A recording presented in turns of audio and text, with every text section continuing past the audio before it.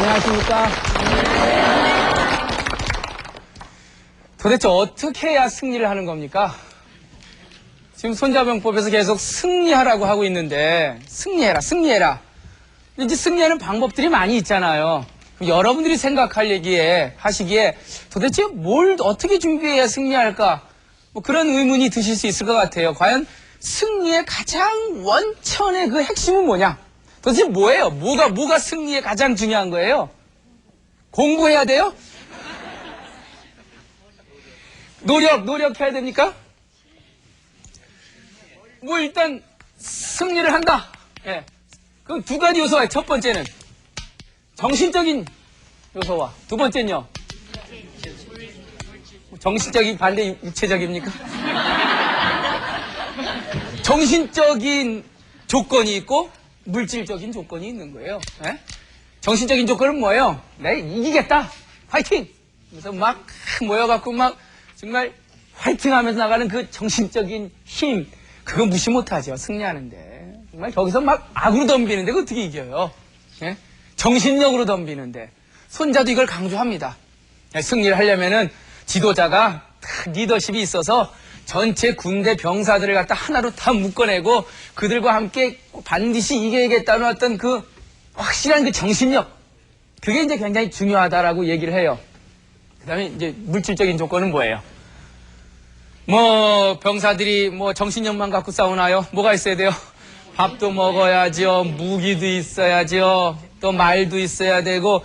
그러니까 결국 승리의 원천에 두 가지 면이 있는데 하나는 굉장히 그 정신적인 조건이 있고 두 번째는 하나의 물질적인 조건이 있는데 손자는 어디에다 더 관심을 두냐면요. 이쪽에다 더 관심을 둡니다. 이쪽에다. 이건 물론 중요하지요. 근데 어떻게 배고픈 사람한테 어떻게 싸우라 그러냔 말이에요. 예? 무기도 안 주고 맨손으로 어떻게 싸우냔 말이에요. 그래서 승리의 원천은 결국은 물질적 조건이다라고 손자는 아예 단언적으로 얘기를 합니다. 예? 그래서 그러니까 그 당시에 손자 이외의 다른 사람들, 아니면 손자 이전의 사람들은 다 이걸 너무 강조해요. 이거를 강조한 거에 비해서 손자는 지금 이쪽을 더 강조하는 거죠. 그렇지만 이것만 있다고 해서 이기는 건 아니죠. 또 이것만 강조되는 것도 아니고요. 결국은 두 가지가 어떻게 돼요? 아주 잘 어우러져야 정신적인 어떤 정신무장도 돼 있고 그리고 그거에 따른 물질적인 어떠한 토대도 돼 있을 때 그 힘은 점점 강해진단 말이에요. 지금 우리가 어떻게 하면은 나의 형을 높이느냐. 이게 이제 손자병법 13편 중에 네 번째 편이란 말이에요. 그 형을 높이기 위해서는 정신적인 조건도 필요하지만 결국 손자가 더 강조하고 있는 것은 물질적 조건이라고 하는 거예요. 근데 우리 한국 사람들은 사실 물질적인 것보단 정신적인 데 더 관심이 많아요. 네? 그 인정하십니까? 네. 속으로만 그렇지 또 그러니까 겉으로는 사람이 명분, 이 정신 이런 거 얘기하다 속으로는요. 굉장히 그 물질적인 것도 사실 더 관심 많아요. 예? 근데 말을 안 해서 그렇지. 예? 결혼할 때 뭐 보고 결혼하셨습니까? 사랑 보고 했지요. 근데 실제로 보면요. 따질 거 다 따져본 거예요. 이 사람이 날 먹여 살릴 수 있을런지 이런 거 다 따져본 거예요. 그렇지만 절대 그 말은 안 해요. 겉으로 표현은 안 하는데 속은 다 뭘 갖고 있어요? 이걸 다 갖고 있어요. 그래서 손자가 아주 딱 선언적으로 얘기합니다. 승리는 물질적인 조건이 이것이 원천이다 라고 얘기를 하면서 오늘 그 주제가 손자가 결국은 승리의 가장 핵심 속에는 물질적인 여건이 갖춰져야 된다라고 이제 본 거예요. 그게 결국은 요즘 현대사회에서 기업에서 보면은 기업이 성공하고 기업이 더 확장하려면 결국 회사원들의 화이팅도 좋지만 뭐가 더 중요하다는 거예요. 손자 입장에서 보면. 자본도 좀 충분하고 회사에서 월급도 많이 주고 그러면은 좋은 사람 다 오게 돼 있고 또 돈 많이 주면 더 열심히 일하려고 하는 그 욕구도 생기고 그런 어떤 물질적 토대를 손자가 강조하는 걸 들어보자. 자, 어떻게 승리를 이끌 것이냐? 먼저 내 형을 높여야 된다. 형이 높여야 뭐가 세져요? 그러니까 물질적 조건이 아주 탄탄해져야 내 힘이 더 강해진다는 거예요. 그 힘이 강해지기 위해선 5가지 얘기를 해요. 첫 번째, 손자병법에서 그 물질적 조건을 얘기하면서 첫 번째, 1월, 도라, 도. 도는 뭐 얘기해요? 그, 헤아릴 도자.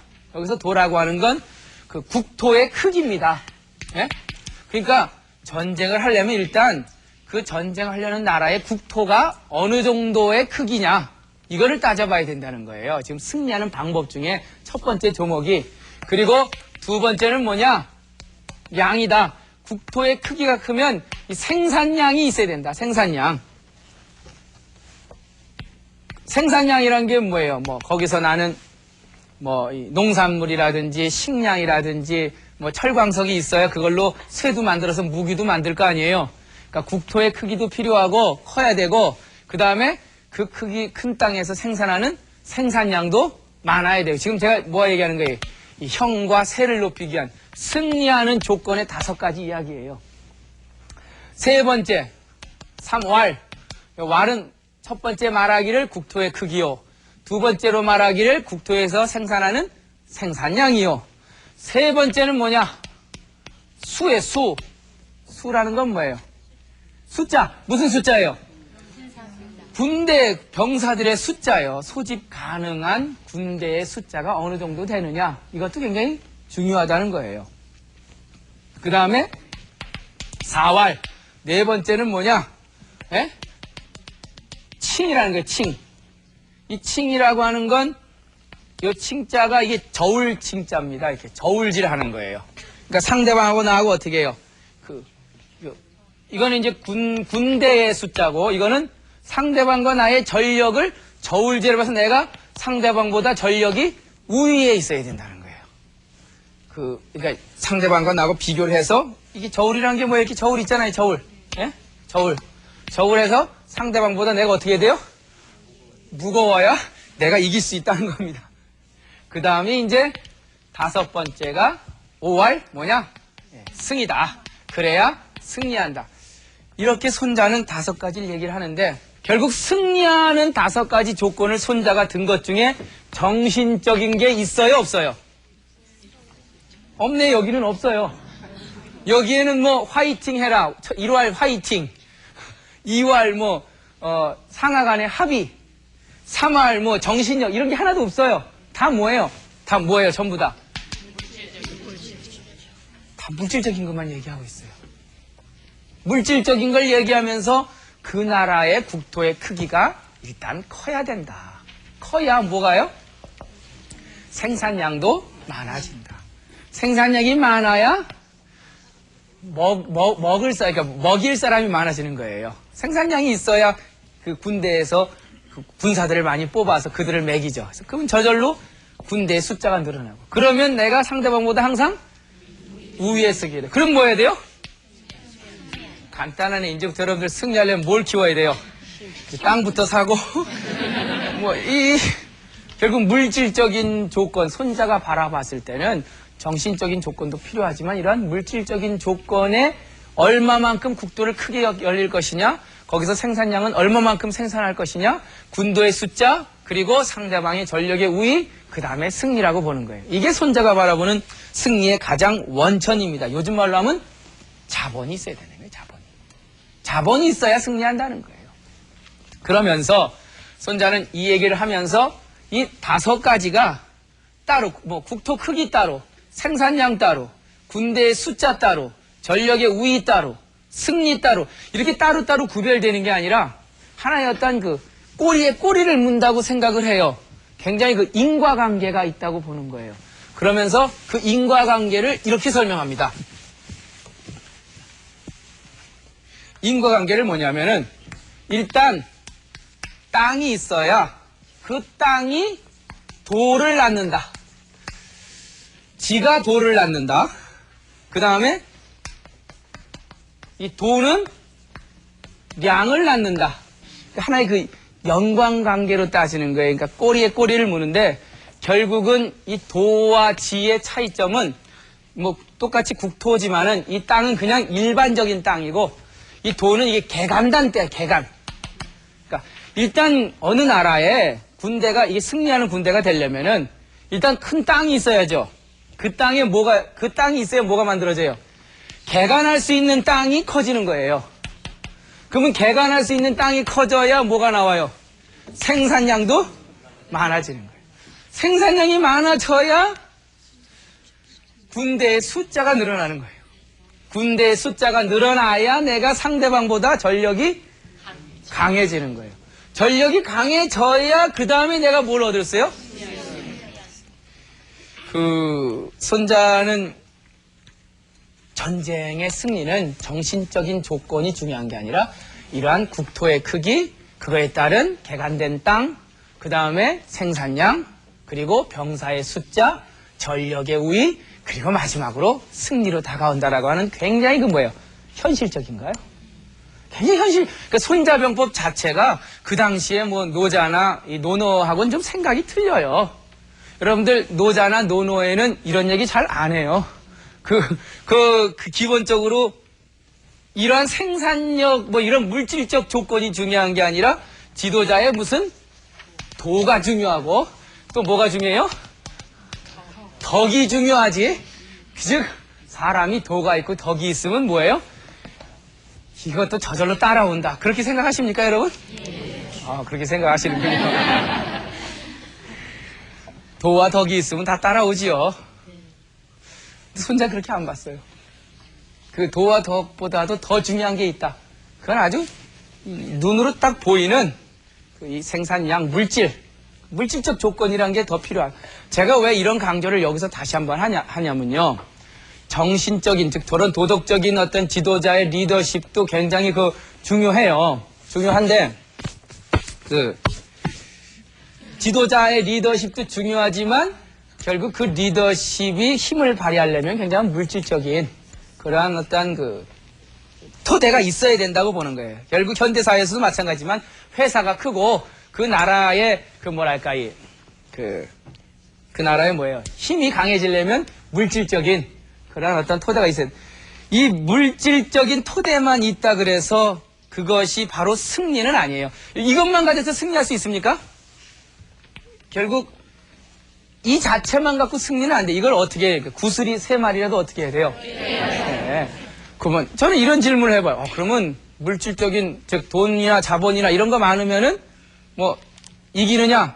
그건 아니란 말이에요. 결국 그걸 어떻게 해야 돼요? 승리와 어떻게 연결을 시키느냐가 굉장히 중요하단 말이에요. 여불이라고 들어보셨습니까? 여불이? 여씨의 성이 여씨고 여불위네요. 여불이라고 하는 유능한 상인이 하나 있어요. 상인. 이 사람이야말로 물질적 조건을 갖다가 자기의 승리와 연관시킨 아주 대표적인 사람을 하고 좀 봐져요. 이 여불이라고 하는 사람이 이게 상인이었어요. 상인이라고 하면 뭐 장사하는 사람이죠. 굉장히 장사에 능했다고 얘기가 되는데 이 사람이 돈은 많이 갖고 있었는데 제일 먼저 여러분들 돈 있으면 돈 열심히 벌기 위해서 노력을 하죠. 근데 돈 있으면 뭐가 하고 싶어져요? 권력이 있고 싶어져. 명예가 있고 싶단 말이에요. 그러니까 내가 갖고 있는 돈 플러스 명예를 더 추구하게 돼요. 그러면 왜냐하면 돈만 갖고 있어서 채워지지 않는 인간의 욕구가 있기 때문에. 그래서 여불이도 항상 고민을 했죠. 위대한 상인이긴 했지만 자기가 상인으로서 갖는 즉 돈만 물질적 조건은 충분했지만 그걸 어떻게 내 인생의 명예와 그리고 어떻게 내 인생의 어떤 권력과 연결시킬 것이냐 이제 그 고민을 하다가 어떤 이제 해답을 얻었냐면 이 조나라하고 이제 옆에 있던 이 진나라 간에 서로 옛날 같으면 우리나라도 그런 경우가 있었는데 인질을 교환해. 인질. 그러니까 상대방이 서로 싸우지 않는다는 조건으로 왕자들을 서로 교환합니다. 그러니까 조나라의 왕자가 진나라 가서 인질로 있고 진나라의 왕자가 다시 조나라에 와서 인질로 있어요. 그러면 상대방 왕자들이 인질로 있으니까 그 전쟁이 아무래도 억제가 되죠. 그래서 옛날부터 인질이 이제 교환이 됐는데 이 진나라하고 조나라하고 서로 인질을 교환했어요. 근데 인질을 교환했는데 이 진나라에서 조나로 간 인질 자초라고 하는 자초. 요 자초라고 하는 사람이 조나라로 인질 갔는데 이 자초라고 하는 사람은 진나라의 왕자이긴 왕자인데 왕위 계승 순서가 한참 미친 사람이에요. 그러니까 뭐 지금의 왕이 죽고 나면은 그다음 뭐 이렇게 해서 아마 왕이 그가 이 사람한테 그 진나라 왕위가 물려갈 확률이 굉장히 낮은 사람이죠. 그러니까 보면 상품 가치가 별로 없는 사람이에요. 근데 이 자초란 사람이 조나라에 와서 뭐 자기가 이제 그 권력 계승 서열이 낮으니까 그냥 쓸쓸하게 있었던 모양이에요. 그때 이제 이 여불이라고 하는 상인이 야, 이 물질적인 조건을 갖고 내 인생의 명예를 어떻게 연결시킬 것인가. 그 고민을 하다가 자초를 발견해요. 그리고 야, 이거 물건 되겠단 말이에요. 에? 뭐 지금은 별거 아닌 그야말로 인질의 형태로 와 있지만 저 사람한테 잘 투자를 해서 저 사람을 진나라 왕으로 계승시켜 놓으면은 그 스폰서, 즉 요즘 말하면 뭐예요? 킹메이커. 에? 그 왕 만든 공 때문에 자기가 진나라의 어마어마한 그 명예와 권력을 얻을 수 있을 거라 생각하고 자초한테 돈을 투자를 합니다. 그러니까 자초는 깜짝 놀랐죠. 아니, 나한테 이렇게 돈 투자할 이유가 없는데 내가 무슨 왕위를 계승할 수 있는 서열이 높은 것도 아닌데 근데 이제 자초는 몰랐던 거죠. 여부리는 뭐가 있어요? 상인으로서 야, 요 물질적 조건과 요걸 승리하고 어떻게 연결시킬까 하는 그 계산이 있는 거예요. 그 계산이 선천적으로 있는 사람이 있어요. 예? 여러분들 똑같이 돈 갖고 있더라도 이걸 어떻게 돌려서 어떻게 내가 원하는 걸까지 수준으로 전환시킬 것인가라고 하는 그 계산이 나오는 사람이 사업가죠. 그런 거 못하는 사람은 뭐 해야 돼? 그냥 사업하면 안 돼요. 그런 사람들은. 그 사업가의 눈으로 자초를 바라본 거예요. 그리고는 결국은 이 사람을 진나라의 왕으로 만듭니다. 만들고 여부리가 중보가 돼요. 중보. 왕의 그 다음 아버지라는 거예요. 그러니까 그 돈 갖고 만약에 돈 갖고 장사했으면 뭐예요? 장사꾼이죠. 근데 그 돈 갖고 뭐예요? 정확하게 어디다 투자해야 될지를 아는 거예요. 그걸 꿰어야 거예요. 그래서 결국 자초한테 투자를 해서 진나라의 엄청난 권력과 그리고 엄청난 낙양의 10만 호를 갖다가 체급으로 받아요. 그러니까 장사로 따지면 한 10,000배 남은 거죠. 위대한 승리를 합니다. 근데 이제 여부리가 이 자초에 투자해서 이 어마어마한 권력을 얻었는데 여부리의 아들이 있어요. 근데 그 아들이 원래는 여부리의 아들인데 자초의 아들처럼 그러니까 자기 아들을 임신한 여인을 이 자초한테 결혼을 시켜요. 결국은 자초는 자기가 난 아들인데 자기 아들인 줄 알지만 실제로 그 아들은 누구 아들이에요? 그 자초가 난 아들, 즉 여부리가 진짜 아버지죠. 그 아들 이름이 정이에요. 정. 그 사람이 누구냐면 진시황제라는 거예요. 이건 이제 뭐 사마천의 사기에 나오는 얘기니까 뭐 진위 여부는 제가 지금 따질 수 없지만 그래서 결국 여부리는 상인에 불과하지만 돈을 투자해서 자기가 거대한 그 권력을 획득함과 동시에 자기 아들이 뭐가 돼요? 진나라의 왕이 돼요. 그런데 이 사람도 역시 투자는 성공했고 또 킹메이커로서 어마어마한 권력과 명예를 얻었지만 나중에 이 자기가 난 아들 진시 왕제한테 죽임을 당해요. 그러면서 사마천이가 마지막 여부리가 자기가 난 아들, 근데 그 아들은 모르는 거죠. 진시 왕제는 자기 아버지인지 모르는 거죠, 여부리가. 죽으면서 그 독주를 마시고 죽는데 사마천이 여부리에 대한 평가가 이래요. 그 사람은 문이었나 보다라고 해요. 이제 사마천이가 이 여부리에 대한 평가를 문이라고 평가해요. 즉 소문만 무성했던 사람이다. 그러니까 그 소문만 무성했던 사람이지 실제는 없었던 사람이란 얘기예요. 이게 무슨 뜻이냐면 이 논어를 봐야 이 얘기가 이제 정리가 돼요. 논어의 그 공자한테 그 제자가 이제 물어요. 공자한테 뭐라고 묻냐면 선생님 요 통달할 달자 있지 않습니까?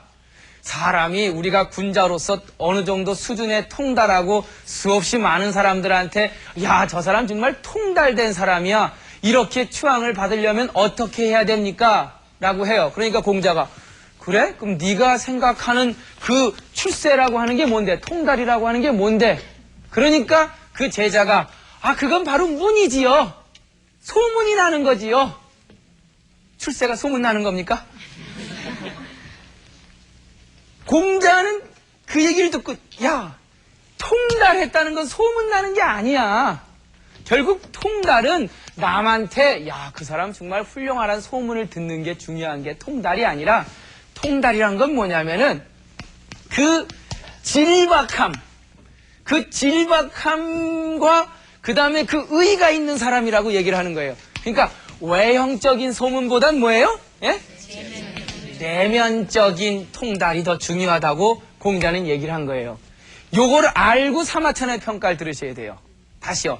사마천은 여부리에 대해서 여부리가 어떻게 태어나서 자초에게 투자해갖고 자기의 돈을 투자를 해서 거대한 명예와 권력을 갖고 살다가 자기가 난 아들한테 독주를 마시게 돼서 죽었다 하면서 여부리는 하면서 그 여부리는 아마도 공자가 얘기한 소문만 무성했던 사람인가 보구나.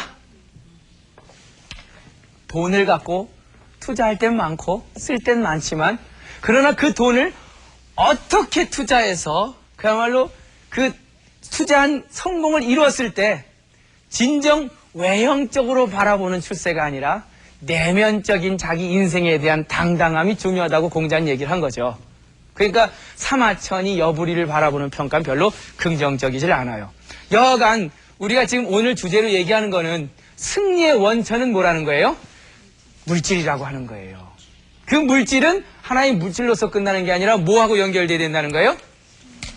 그 물질을 하나의 승리와 어떻게 연관시킬 거냐, 이것이 중요한 문제고, 또 그 승리는 소문만 무성한 승리가 아니라 진정한 승리는 자기의 내적인 당당함, 남한테 출세했다고 박수받고 아니면은 남한테 소문 좋게 나는 그런 출세가 아니라 어떻게 보면은 내 자신이 보기에 내가 좋은 거죠. 그거 진정한 출세 아닐까요? 네? 진짜 출세는 남들이 나에게 출세했다고 소문내주는 게 아니라 내 스스로가 나를 바라봤을 때 참 내 인생이 당당하다. 그러면 된 거예요. 물론 그건 공자의 생각이죠. 결국 손자와 이제 공자의 생각을 쭉 엮어보면은 승리의 가장 중요한 조건은 물질이다. 그러나 그 물질은 승리와 어떻게 연결시킬 거냐가 중요하다. 그리고 그 승리는 외적인 화려함이나 수식이 아니라 소문이 아니라 내적인 당당함이 진정한 승리다. 뭐 이런 어떤 그 승리의 그 연관성을 지금 얘기를 여러분한테 지금 오늘 하고 싶습니다. 참 이 손자만의 특이한 생각인 것 같아요. 그러니까 그러한 내적인 당당한 승리를 하든 결국은 그 승리의 핵심 속에 뭐가 있는 거예요? 이제 물질이라고 하는 게 있는 거죠. 물질이라고 하는 게. 그 당시에 손자가 살던 시대, 그 뒤에 이제 맹자라고 하는 사람이 쓴 책에 보면은, 맹자라는 책에 이런 얘기 나와요. 여러분들 50보, 100보 얘기 알죠? 예. 50보나 100보나 50보 도망가거나 100보 도망가거나 같다. 이게 이제 양나라, 그러니까 해왕이라고 하는 사람이 있었어요. 이제 맹자가 양양한테 갔어요. 양양한테 가니까 양양이 맹자라는 사람이 왔다니까 일로 와보시라고. 그러면서 하는 말이, 저 있잖아요. 저는 장사이 우리나라를 잘 다스리는 사람입니다. 근데 그 당시 양양이 고민했던 건 뭐냐면은 어떻게 백성들을 끌어모으느냐가 굉장히 중요했어요. 지금은 잘 이해가 안 가지만 그 당시에는 양이라고 하는 그 도시가 있었던 위나라나 제나라나 진나라나 결국 그 나라의 힘은 어디서 나온 거예요? 민에서 나와요. 왜요? 민이 있어야, 즉 일반 그 서민 계층이 있어야 뭘 해요? 땅을 개간을 할 수가 있어요. 땅은 많아요. 중요한 건 뭐예요? 얼마만큼 누가 개간을 해요. 개간을 해야 뭐가 나와요? 이 조세 수입이 나온단 말이에요. 세금이 들어온단 말이에요. 세금이 들어와야 그걸로 뭐예요? 군대를 키우는 거예요. 그리고 이 민은 뭐예요? 바로 군대에 동원할 병사이기도 해요. 또 이 민은 뭐예요? 여러 가지 부역 공사를 시키는 하나의 그 부역 대상자이기도 해요. 결국 그 나라가 정말 큰 나라가 되려면 누굴 잘 모셔야 돼요? 그래서 그 당시에 뭐예요? 이민이란 말이 여기서 나와요. 백성들이 어떻게 하면 우리나라로 옮겨와서 살게 할까? 그게 이제 굉장한 고민이에요. 그 맹자가 왔다니까 양왕이 저 말이에요. 우리나라에 이 백성들이 좀 와서 많이 살았으면 좋겠는데 요즘처럼 뭐 이민법 그런 게 없었어요. 그때는 그냥 뭐 나라마다 돌아다니면서 얼마든지 자기가 나라를 선택하고 다닐 수 있었죠. 근데 저는 정말 노력을 많이 하는 사람입니다. 이 민중 모시기를 위해서. 그래서 뭐 예를 들어서 이 강이 있는데 이 한해 지방이 만약에 흉년이 들고 여기가 풍년이 들면 이 풍년든 지방의 쌀을 이쪽으로 옮기고 흉년든 지방의 사람들을 일로 옮겨서 그야말로 흉년든 사람이나 풍년든 사람이나 같이 잘 먹고 살 수 있는 그러한 내가 정치를 하고 있는데 왜 우리나라에 이민 오는 사람이 없죠? 그렇게 질문하니까 공자가 당신이 전쟁을 좋아하니까 내가 전쟁으로 비유하겠는데 전쟁을 와 해갖고 두 팀이 탁 붙었어요. 근데 전쟁이 시작도 되기 전에 어떤 병사는 죽어라고 뒤로 도망갔는데 50보 딱 도망가서 그쳤어요. 또 어떤 병사는 막 도망가다가 100보 도망가서 그쳤어요.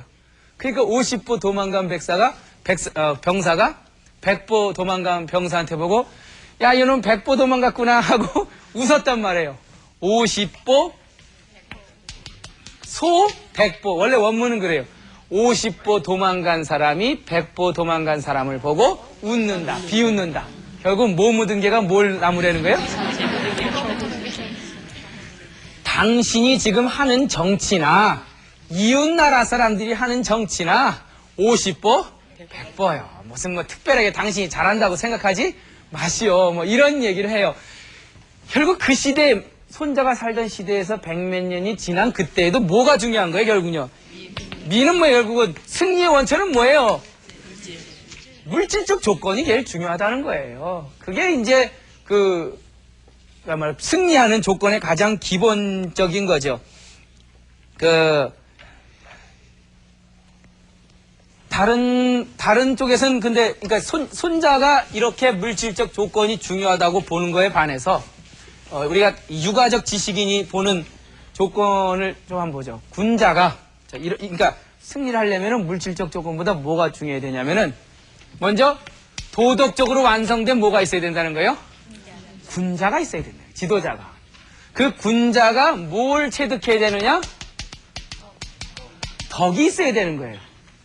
덕이 있으면 누가 와요? 사람이 모여든다는 거예요. 사람이 있으면 뭐예요? 그 사람들이 세금을 내서 재물이 생긴다는 거예요. 재물이 생기면은 그 다음 뭐예요? 재물을 쓸 때가 생긴다는 거예요. 이게 지금 공자가 바라보는 승리의 조건이에요. 즉 공자는 승리의 조건을 뭘로 봤어요? 군자, 도덕적 군자. 그러니까 뭘로 본 거예요?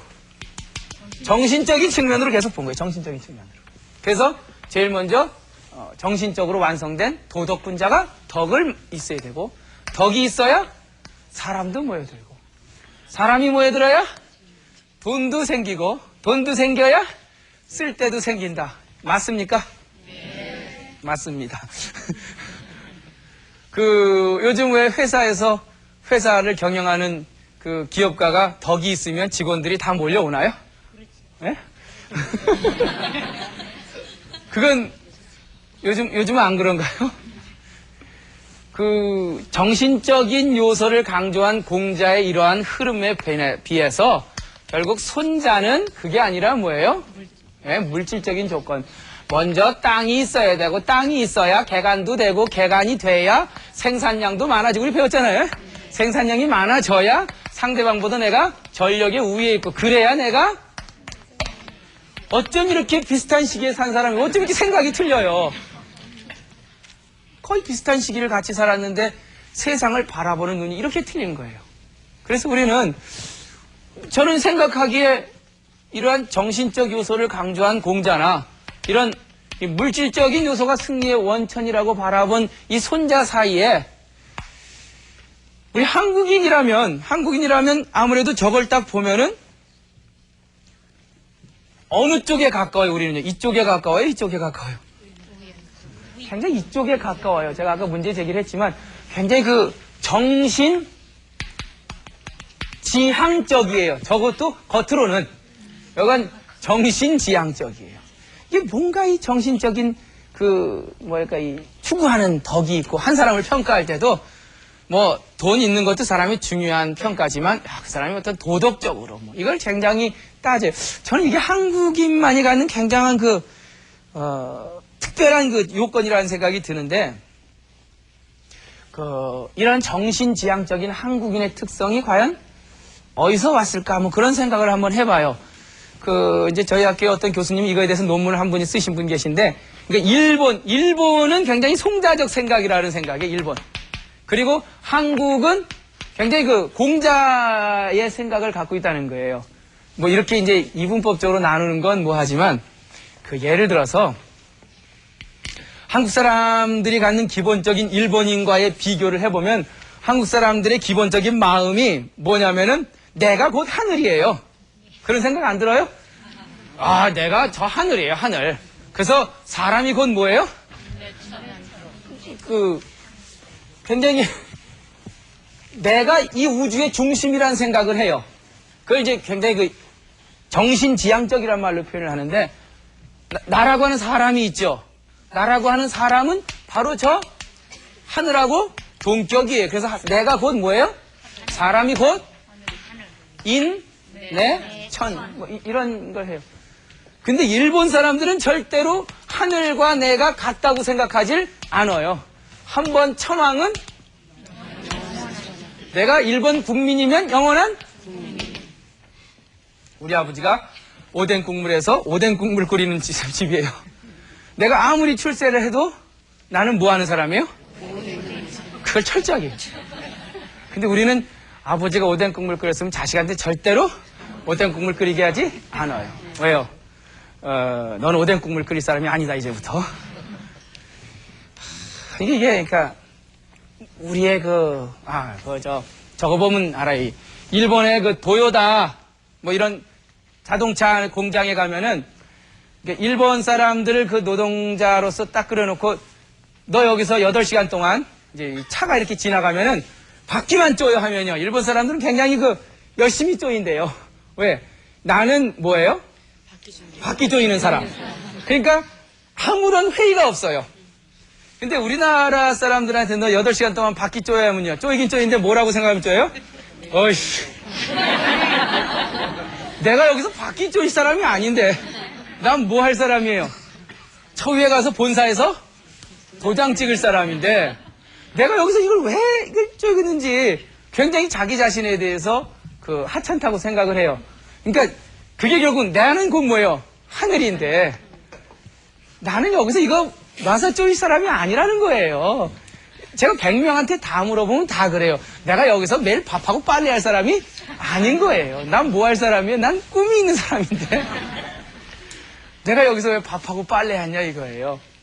굉장히 정신지향적이에요. 그러니까 나라고 하는 인간이 곧 하늘이라고 하는 원대한 이 창조성이 있어요. 근데 어떤 게 좋아요? 말할 수 없죠.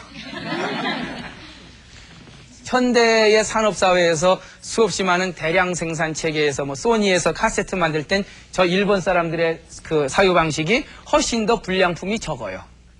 그렇죠? 우리나라 사람들 이게 조이면서 기분 나쁘면 그냥 막 조이고 기분 좋으면 잘 조이고 그러니까 좋을 때도 있고 나쁠 때도 있죠. 그러니까 현대 산업사회에서는 상당히 이러한 사유 방식이 나라고 하는 건 결국은 요거다라고 하는 어떤 차별의식이 더 강할 수 있지만 그러나 역사라고 하는 게 그렇게 쉽게 결정나는 게 아니기 때문에 창조적이고 좀 더 뭔가 무한한 정신세계 속에서 나의 새로운 창조력을 발휘하는 건 얼마든지 가능성이 있다는 생각이 들어요. 그러니까 아직도 끝나진 않은 거예요. 에? 어떤 게 옳은 게 중요한 게 아니라 다만 제가 여기서 지금 얘기하고 싶은 것은 우리는 너무 이쪽 사유에 치우쳐 있다는 거예요. 그래서 손자병법을 통해서 어느 정도나마 이쪽 사유를 좀 같이 갖고 와야지 않겠느냐라는 거예요. 무한한 정신적인 창조력과 너와 내가 하나라고 하는 대동의식도 좋지만 내가 곧 하늘이요 하늘은 나라고 하는 무한한 내 우주의 주인이 나라고 하는 그 의식도 좋지만 그러나 내가 할 일은 이런 거고 내가 지금 이것을 완수하는 것은 그야말로 내한테 지금 제일 중요한 일이라고 하는 이러한 어떤 너와 나의 차별의식과 어떤 그 물질적인 사유 방식도 역시 이 시대에 필요하지 않나라는 생각이 든다는 거예요. 그래서 지금 손자가 얘기하는 요번에 기본적인 얘기가 결국 승리라고 하는 것은 이러한 정신적인 무한한 정신적인 요소에서도 좌우가 되지만 손자는 뭘 강조하고 있어요? 이러한 굉장히 물질적인 사유 방식, 객관적이고 너와 내가 차별된 그 모습을 더 강조하고 있어요. 이걸 강조하고자 함은 결국은 여기에 좀 치우쳐 있는 우리가 좀 더 이러한 손자적 조직과 시스템 그리고 어떤 내 맡은 바 할 일을 다 하는 그러한 객관적 합리주의적 정신을 같이 받았을 때 그야말로 이 좌우가 이렇게 밸런스가 맞은 무한한 창조력도 있고 내 처지에서 내가 할 일을 차근차근 해가는 그 철저한 조직적인 엄밀함도 있는 그런 사람이 진정한 우리 한국인이 돼야 되지 않겠냐는 생각이 들어요. 그래서 오늘 강의를 하면서 결국 승리의 원천은 물질이다를 강조하는 이유는 우리에게 조금 없는 그러한 객관적이고 합리적인 사유 방식이 좀 더 한번 고려되어 봐야지 않겠냐는 의미에서 오늘 여러분과 같이 이 얘기를 했습니다. 오늘 공부 마치도록 하겠습니다.